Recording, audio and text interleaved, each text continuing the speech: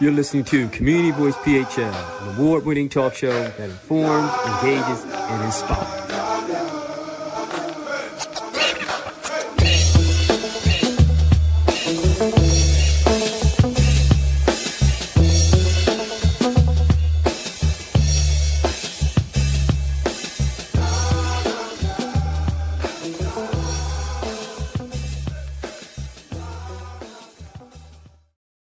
Hey, thanks again for tuning in to Community Voice PHL Talk Show on WPPM Philadelphia 106.5. Community Voice is an award-winning talk show that highlights the value-based programs and services that people are doing all across the nation and right here in the tri-state area. We have informing information that we share with engaging guests that will inspire you to get involved with building caring and prosperous communities. So thanks again for tuning in to Community Voice PHL, a show that informs, engages, and inspires. Thanks again for listening and tuning in. We're excited to be on the airways at all the times. And, you know, the weather has changed. The weather's going like up and down. It's been snowed 2 weeks or so in a row or something like that. And then now the weather's like in the 80s yesterday and the mid 70s today. I mean, it's taking us through the whole range of weather emotions right now. Because I know some folk are like, yes, can't wait for this snow and bad weather to be over. But, you know, when you look at the forecast, they're saying that the temperature is going to dip down just a little bit. So they just gave us a summer preview, you know. So for any of you who like the summer weather, you got a little bit of a summer trailer. And I appreciate it because, look, I had a chance to, go for a couple walks throughout my work day and really take advantage of this nice weather. So hopefully some of you all did that as well because, like I said, the temperature is going to be dropping in the next couple of days back to what they would call regular time for this season. But, enjoy the good weather while it's out there because springtime is coming. And, with the springtime coming, we're excited about all the great guests that we're going to be bringing on to Community Voice. So if you're just tuning in for the first time, we thank you for that.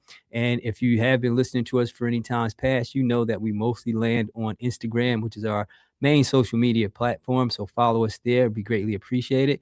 And that's Community Voice PHL. And also we have our YouTube channel, which is Community Voice PHL Talk Show, and our Apple podcast under the same name, Community Voice PHL Talk Show. So please subscribe to both of those. And you'll be able to get update information about some of our previous guests. And if you want to send us an email to catch up with what we're doing and or to share what's happening in your community, send us an email to communityvoicephl@gmail.com. And we'll respond back accordingly, keeping you up to date and sharing information, and maybe even might be featuring you as a guest. So again, communityvoice@phl@gmail.com. That'll be a way that you can get in contact with us and be able to be in tune with everything that's happening here on Community Voice. So today, we're really excited about the guest we're going to have on. We're going to have on a guest who's really going to be talking about some really exciting, inspiring information. But before we do that, I want to share a few of Philadelphia first, because of course, this is the 250th celebration of our nation, and Philadelphia being the birthplace of liberty in our nation and our independence and all that good stuff. So every time I'm on the air, I'm going to share with you one thing that's a Philadelphia first throughout this year. So here's a Philadelphia first. Now, many of you may already know this, and if you do, good for you, but some of you may not. So Stop and Thrill, the first acrobatic circus, was actually held here in Philadelphia. America's first circus was performed here in crowds in Philadelphia in 1793. Now, that was the first circus ever performed here in America, in Philadelphia, 1793. So celebrate the art of awe and also learn more about the circus and the circus history at Festival event, a Firstival event. They're going to be Firstival events for all these Philadelphia firsts that having Firstival events. So for the Philadelphia Circus, the School of Circus Arts, 6452 Green Street, having a Firstival event April the 11th, 11 a.m. to 1 p.m. So that's Philadelphia School of Circus Arts, 6452 Green Street. They're going to have a Firstival event celebrating the history of having the first circus here in Philadelphia, again, April the 11th at 11 a.m. to 1 p.m. And for more information about that Firstival event, about the first circus that was ever held in Philadelphia, go to phillycircus.com. That's www.phillycircus.com. You'll get to learn more information about all the other historical aspects of the first circus that was held in America was here in Philadelphia. Now, that was something I did not know. I thought maybe it was in maybe New York or, some other, maybe down in Baltimore or somewhere like that. But it was actually here in Philadelphia. So that was a cool fun fact that I found out for the Philly First.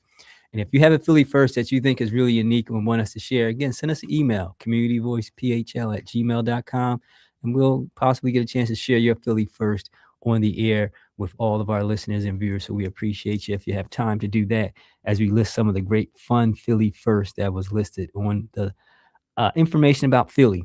So the guest that we have on the show, phenomenal individual. LaShaun Crawford is the founder of Girl with a Grill, a dynamic platform that celebrates women in the space of culinary arts and also groundbreaking work in breaking barriers and sisterhood and also making sure communities are empowered. So please join me in welcoming LaShaun Crawford to Community Voice PHL Talk Show. Thank you, LaShaun, for being a guest on Community Voice. Bring LaShaun onto the show. There we go. Hi, good afternoon. Afternoon. Thanks for being on Community Voice. Hi, thanks for having me. I appreciate it. Oh, you're welcome. You're welcome. So I gave a little bio about, the work that you do, but share for our listeners and viewers a little bit more about Girl for Grill and how you got started before we get into our conversation here. Sure. So, Girl with the Grill actually started from a dream.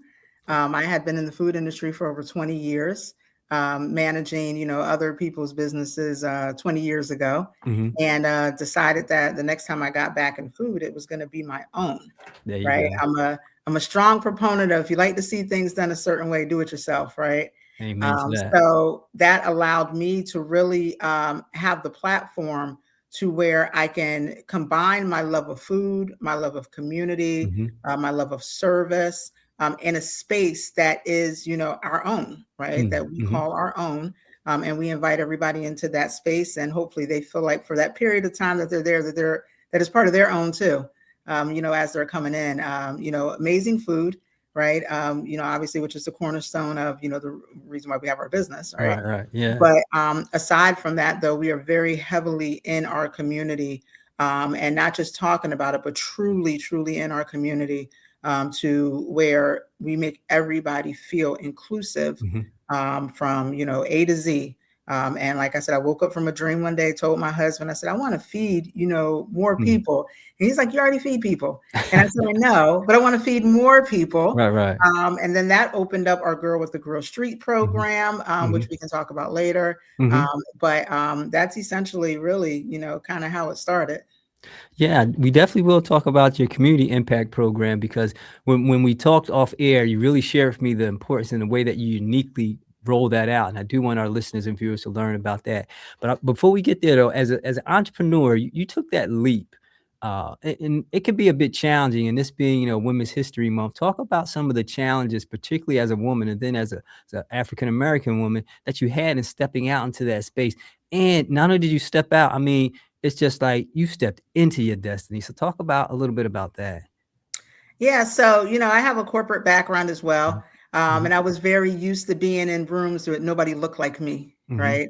I was the quote unquote minority in the room, sitting at tables that most of us don't get an opportunity to sit at.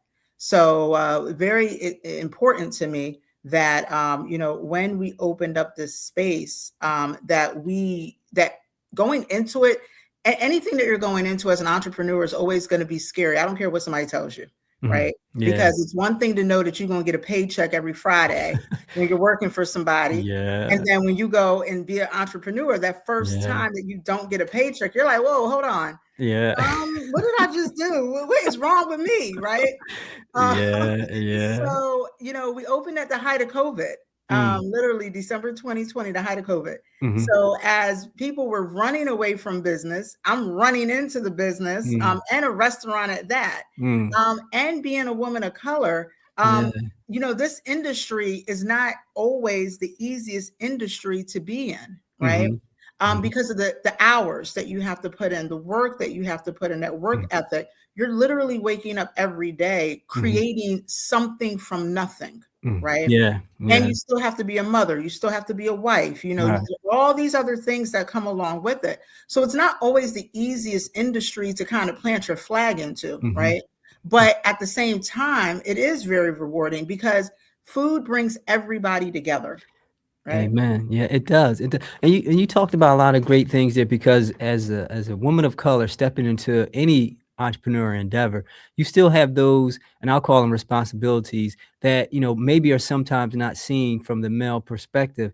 And talk a little bit about how, you had to juggle that and still maintain that passion that this is what I'm going to do. Cause you, like you said, you came into it during COVID. A lot of folk would have been like, let me just wait till COVID passed by. Mm-hmm. And if I would have done that, I might have never opened it. Right. Because Yeah. COVID lasted a lot longer than anybody expected COVID to last. Yeah. Right. Mm-hmm. So, sometimes you just got to go for it. Mm-hmm. And, you want to be as strategic as possible, of course, but you got to be able to take that leap, and you better have some faith while you're doing it too. Mm-hmm. Right. Because if you believe that it's all going to happen because of your amazing, great ideas every day, I don't always have great ideas, right? But I got execution. Right. Then, you put yourself in a place to where you're like, as soon as something doesn't go the way you think it's supposed to go, because a lot of things we really just don't have control over, right? Then, you think you failed. And the reality of it is, no, you have not failed. You're just going through the steps that are going to get you right to the other side. And, in the process of that, I've had people walk into the restaurant, look right past me and say, I need to see the owner. And I'm looking So wait, when that happens, what's the confident feeling that you have? And then also what's the how dare you feeling that you have? Because I know it's got to be both in some kind of ways, maybe, right?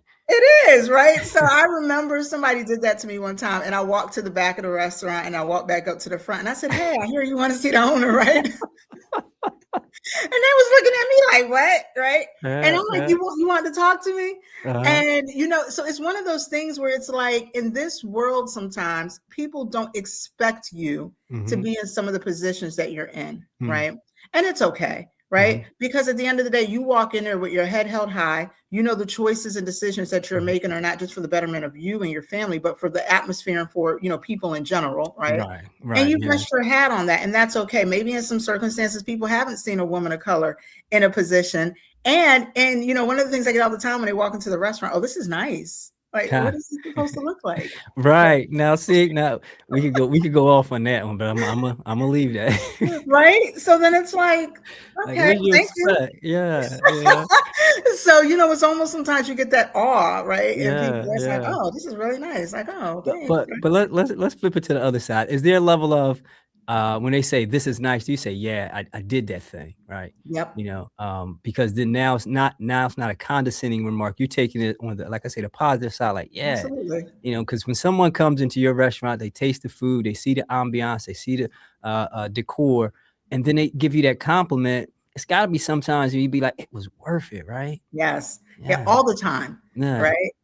All the time, we might joke, about some of the other things, that we talk about at times, but all the time, right? Because I know the challenges that come along with it. And I do sit back in the most humblest way and be like, we did that. I did that, right? I took that leap, right? I ran through that brick wall today, right? I pivoted well today, right? We were able then to maybe feed, 200-300 people that day. I take great pride, right? In us being able to do that. So, 99% of the time, absolutely. That's how, we coming into the room. Like we did that, right? There you go. Yeah. And that part of it right there is the piece that keeps you continually motivated in doing what you're doing, because we truly are impacting lives every single day. And sometimes even in the smallest ways, that create, such blessings and stuff for other people. So I'm super proud of, the accomplishments. We've been here over 5 years, right? Okay. So, we celebrate everything, right? So I celebrate everybody's birthdays that are in there. I celebrate customers' birthdays that June come 4th, June 4th. Remember June 4th, June 4th. June 4th. Okay. You might get a birthday song. It's not going to be that great, but it's going to be a birthday song. Hey, celebrating me. And look, my wife's birthday just passed. So that was, in March 4th. So you got 2 days. Just circle them on your calendar. All right. But in all seriousness, when you talk about how you're giving back to the community, Girl for Grill is more than just, the food that you give out to people. Talk about how you transform that, still using food as that source and that angle and avenue, but talk about how you transfer that into your innovative community work that you're doing, because you do something with your business that's kind of nuanced. And so share with our listeners and audience about how you make that community impact. Sure. My motto is when you eat well, somebody else does too. Right. So when you come in and, when you're spending your money in our restaurant, part of that money is going right back out into the community. Right. And whether it's us feeding our homeless population, we literally pop up unannounced. They do not know we're coming. We pull out grills, might pull out some fryers, and we literally cook hot, fresh food on the spot. And we don't just give it to you and just say, here you go, right? We serve you. We ask you if you're getting a hot dog or something, what would you like on it, right? If you don't eat beef, hey, we're going to have some vegetarian. We're going to have some turkey available, right? To be able to truly serve you. Because at the end of the day, if you can do something for somebody and they cannot do anything else back for you, that's the true blessing, right? And to date, we have done and served over 30,000 people. Wow. Over the 5 years, actually 5+, in the community. And it helps address one of the tenets of the nonprofit, which is addressing hot food insecurities. Yeah. Yeah. In addition to that, for families, because I'm a strong proponent of when we all used to sit at the dinner table, a lot of great conversations used to happen. Yeah. Right? And because food brings everybody together, we've kind of gotten away from that. And sometimes it's not on purpose. It's just circumstances, right? You might be working a few jobs to take care of your family. And sometimes, the people that we're working the hardest for are the ones we spend the least amount of time with. So say that again. We have an event once a month at the restaurant called Pay What You Can.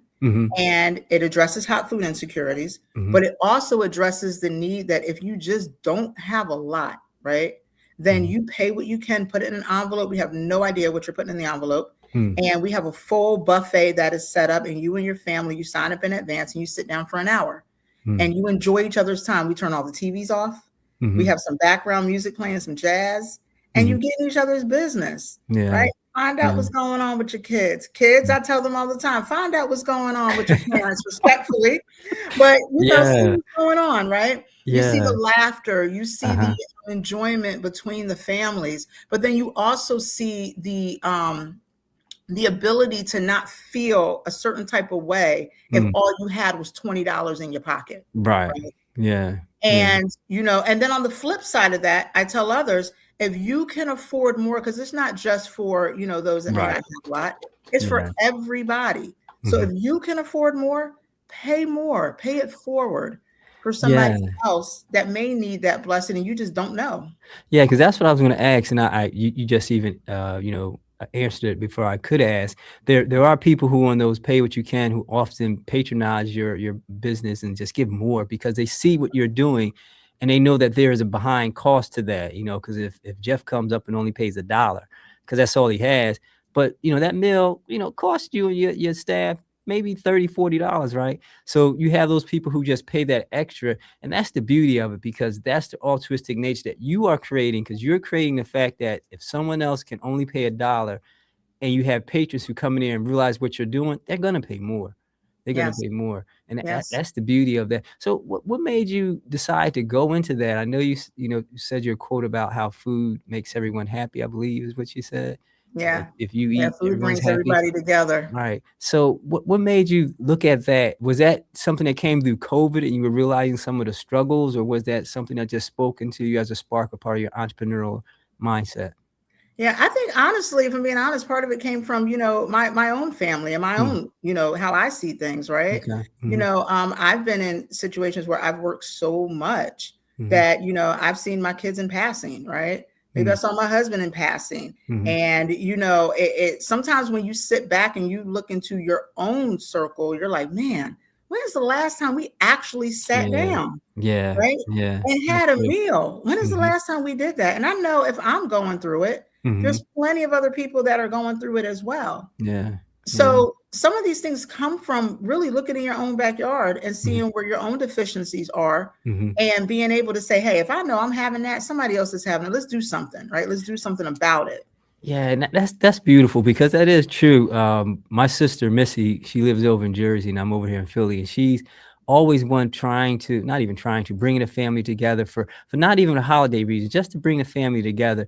And you just made me think about, wow, that is what she's doing, what you're doing, because we don't have that time anymore. We're rushing, we're moving, and it's not out of disrespect or anything like that, lack of love. It's just the flow of life. But you're asking people to slow down. That's nuance. Slow down for a minute. And the reality of it is our grandparents, right? Yeah. The ones that, you always knew everybody went to Big Mama's house or whatever the case is, right? Then Big Mama passes on. Who takes those reins now? Right.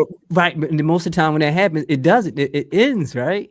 Yep. Yeah. And so, yeah, that's a shame. But you're creating that. So when you have these gatherings, is it normally families that come or individuals? How do you see that form?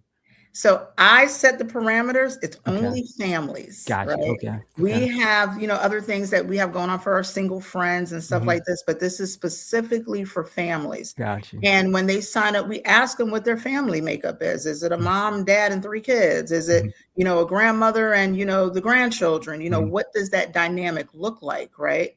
And then also to respect people's privacy, we ask them in advance because we do like film and other things like that too, right? And the reasoning for that is because when people are donating, right, money to organizations and nonprofits, you got to be able to show where that money is going. Yeah. Right. Yeah. You got to be able to show that work is being done. Right.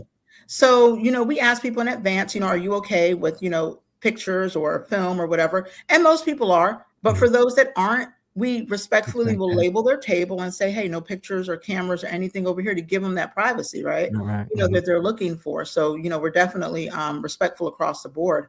But yeah, we got it. And I have some families that come every month and I see from where they started from, where they're at right now. Yeah. And it is sometimes I just sit back in awe. And I just see the development in the families, and then we get to know, and then they come and give us a hug or, whatever the case is, right? Yeah. But you see the family building. And the other thing too is if your children are with you, they're not in the streets. Amen to that. Amen to that. Right? So so have you tracked any families in general? I know you say you have returning families, but have you begun to track any of that? Because that was a very powerful thing you just said. If your kids are with you, they're not out in the streets. Have you done any tracking of how many families with children start to bring maybe other family members too, to kind of give them that safe space? Yeah, we have tracking on every event that we have. So we know exactly how many people are coming. We know the makeup of the family that's coming, age ranges and so forth, right? And we have seen that, part of the other piece of our nonprofit is my husband has Victims Impact. And that program specifically works with those formerly incarcerated and working with the judges in Philly and it's an empathy program that also includes workforce.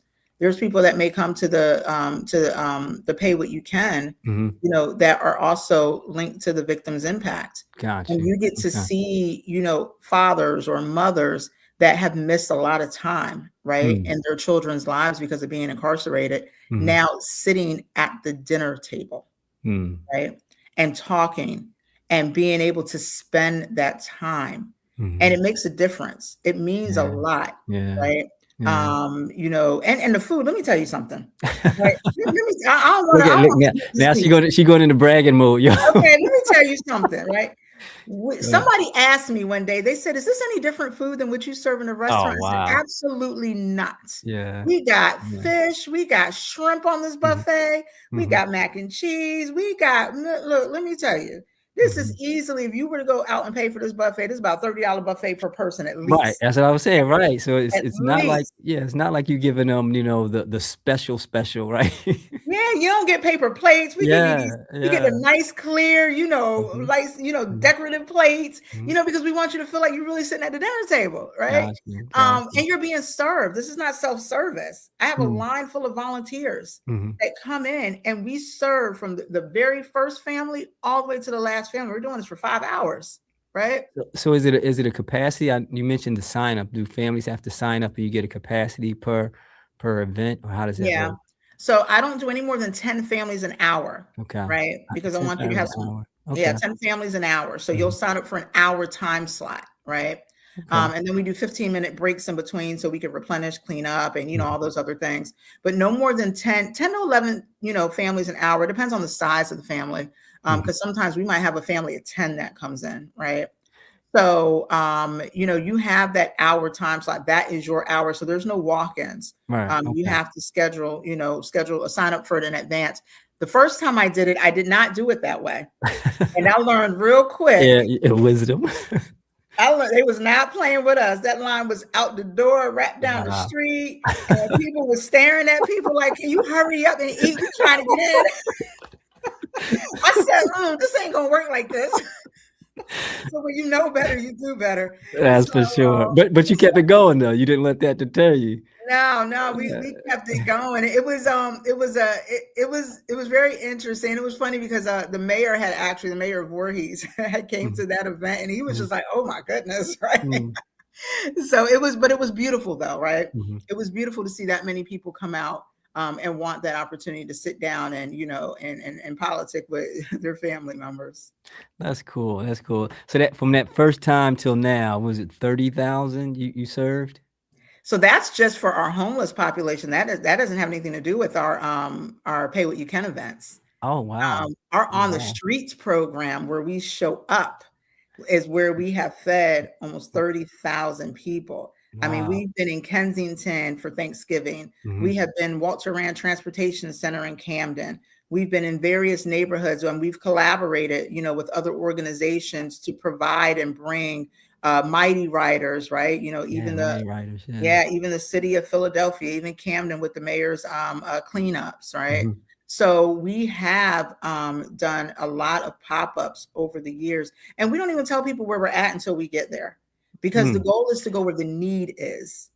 And that's for those who are in transition to homeless, but the Pay What You Can, that's always at your restaurant, though. Correct. Okay. Yeah, Pay What You Can is always at the restaurant. Sit down with your family. Type of vibe. The On the Streets program is us going out into the streets and providing. Now is the outreach program service name the same? Is it Girl for Grill for that too, or does it have a different name? It's the same. It used to be different. So originally the restaurant, some people may know me as the Hot Dog Diva, right? My restaurant prior was called the Original Hot Dog Factory in Voorhees. And people thought all we did was hot dogs. And we've always done so much more. So the Girl with the Grill was my program, was the name that I used when we were out and about, right, with our trailer, feeding people and so forth. When I rebranded the restaurant, I brought that name over. I said, let's just make it one name, make it inclusive, across the board, take some of the confusion out of who, type of. Makes sense. Listen, we're coming up on the end of the show here, and I could have you on for another time because I got so many more questions about the fascinating work that you're doing. But before we leave, I want you to give our viewers and listeners opportunity to connect with you and support you in the work that you're doing and dine at your restaurant. So where do you land at on social media? How can they catch up with you, and ways that they can support? Okay. And real quick, before I give you that, I do want to say this. In our restaurant, we have an inclusive area for those that are on the spectrum as well, right? So autism, we have a sensory station. So, please make sure that you come in, and there's a whole area for that as well. But you can find us on Instagram at The Girl with a Grill. Okay. You can go to our website, which is www.girlwiththegrill.org. And you can find all of our social media stuff there as well. And then we're also on Facebook as Girl with the Grill Restaurant. We are located at 910 Haddonfield Berlin Road in Voorhees, New Jersey, which is in the Ritz Plaza Shopping Center, right off of Haddonfield Berlin Road. The only day we're closed is on Mondays, but we are open Tuesday through Sunday from 11 a.m. Until 10:30 p.m. For catering, delivery, pickup. We are, BYOB. You can come hang out, watch the games. Listen, it's a good vibe. You bringing a crowd now, because our viewers and listeners, they're going to be there. So I'll have all the information about how you can get to the restaurant in the show notes, and all the ways that you can support the work that LaShaun is doing with Girl for Grill. Any final passing words before we sign off for the air for this evening? Yes, please support our nonprofit, Staying the Course. Right. It's very important to do that. That allows us to be able to have funds to continue to do a lot of the community work that we are doing. We are a 501c3, so it's a tax write-off, right? But please support, our nonprofit, whether it's through donations or, volunteering or any of those ways, because when you support us, you truly, truly are supporting your community. Amen and amen. We appreciate that. So that's LaShaun Crawford, the founder, entrepreneur, and advocate, founder of Girl for Grill, doing a mighty inspiring work in the communities. We'll definitely, again, have all the information in the show notes. And that's all the time we have. Thanks for being on the show, LaShaun. And remember, everyone, if it's happening in your community, we need to hear your voice. Peace, and we are out.